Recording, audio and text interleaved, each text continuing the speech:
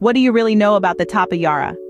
This prehistoric creature, often shrouded in mystery, is a marvel of the Cretaceous period. Tapejara, in fact, was a pterosaur, a flying reptile distinct from dinosaurs, and was quite a sight to behold. Picture a creature with a wingspan comparable to a small airplane.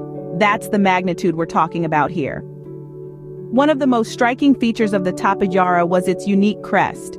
This crest, found on the head of the creature, was quite large and notable, adding to its distinct appearance. Contrary to popular belief, Tapejara was not a small, insignificant creature.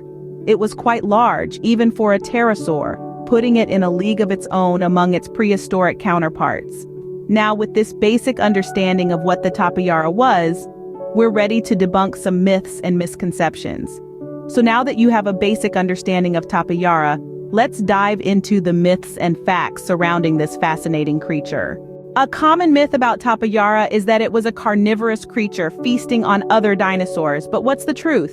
Well, contrary to this popular belief, Tapejara was not a dinosaur-devouring monster. In fact, it was a piscivore, meaning its diet consisted primarily of fish. Now you might be wondering, how do we know this? The answer lies in the fossil evidence. When paleontologists study the remains of ancient creatures, they look at certain features to determine their diet.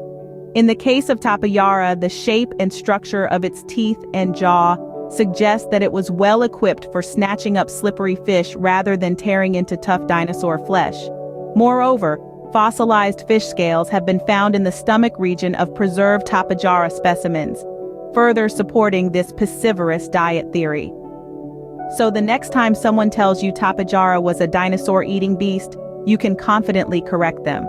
Many believe that Tapejara could only glide, not fly. But is this fact or fiction?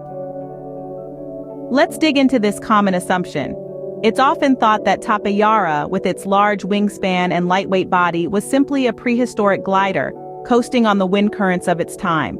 However, recent scientific studies have painted a different picture altogether. Through careful examination of fossil remains, researchers have discovered that Tapejara's wing structure and muscle placement suggest it was indeed capable of powered flight.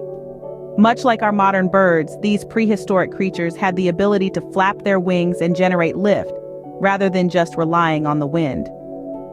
This revelation drastically changes our understanding of Tapejara's mobility and lifestyle.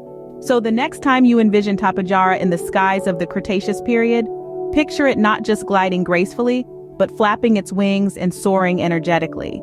So despite popular belief, Tapejara was more than just a prehistoric glider. We've debunked some common myths about Tapejara. Now let's wrap up with a quick summary of the facts about this impressive creature. Tapejara was a pterosaur, a group distinct from dinosaurs.